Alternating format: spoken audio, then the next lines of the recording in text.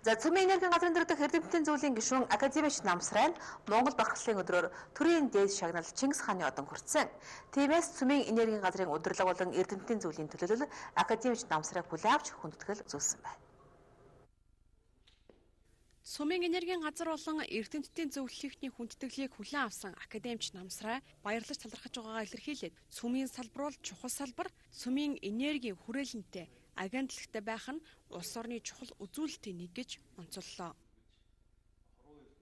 Тийм учраас бид нар хүссэн хүсээгүй цөмийнхаа энерги дээр бол шүтэж, цөмийнхаа энергийг бол ашиглах нь бол зүй тогтлын асуудал. Энэ бол цаг үедээ бол бидний эрэхтэй бол Монгол орн бол цөмийн цахилгаан станцтай, цөмийн залуу эрдэмтдтэй ийм сайхан орн болох ирээдүй бол харагдаж байна. Орчин үед одоогийн байдлаар бол зарим нэгэн тэнэглэзээ, эргэлзээ энэ бол хөгжлийн ялхсан өвчин гэж ярьдаг шүү дээ. Ямар нэг юм эхлээд хөгжихдээ бол заавал тэнэглэсэн, тийм ээ, эргэсэн, будсан ийм зүйл байдаг. Ингээд хөгжлийн гараа цаашаа эхлэхдээ бол бүх юм зүй тогтлоороо явдаг юм жамтай. Тэгэхээр манай цөмийн энергийн хамт олонд бол маш сайхан ирээдүй байна. Академич Намсрайн 1968 онд Москвагийн их сургуулийг төгссөн. Сургуулаа төгснөөс хойш амьдралаа эрдэм шинжилгээний ажил болон судалгааны ажилд зориулжээ.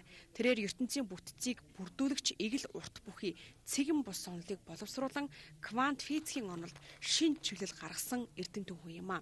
Эгэл бөөмс тодорхой гэсэн хурдаар илэрхийлэгддэг бүтцтэй гэж үзнээр бичил буюу микро ертөнцийг зураглан бичдэг квант механик, квант орны онолд математик тооцооны хувьд тохиолддог хүндрэл бэрхшээлийг арилгах замыг нээсэн юм байна. Түүний бүтээл дэлхийн олон орны ном сэтгүүлүүдэд хэвлэгдэж эрдэм шинжилгээний ажлын гол үнэлгээ болсон ишлэлийн 6 гэсэн өндөр рейтинг авч байсан байна. Онлын физикийн салбарт Намсрайн онол, Намсрайн дөхөл, Намсрайн арга схем, Намсрайн хязгаарлалт гэсэн нэр томьёо гарсан нь түүний бүтээлийг дэлхийн мэргэжил нэгт эрдэмтэд судлаачид хүлээн зөвшөөрч байгаа юм а. За Монголын эрдэмтэд ч түүгээр бахархтгаа энэ үеэр дуулгалаа.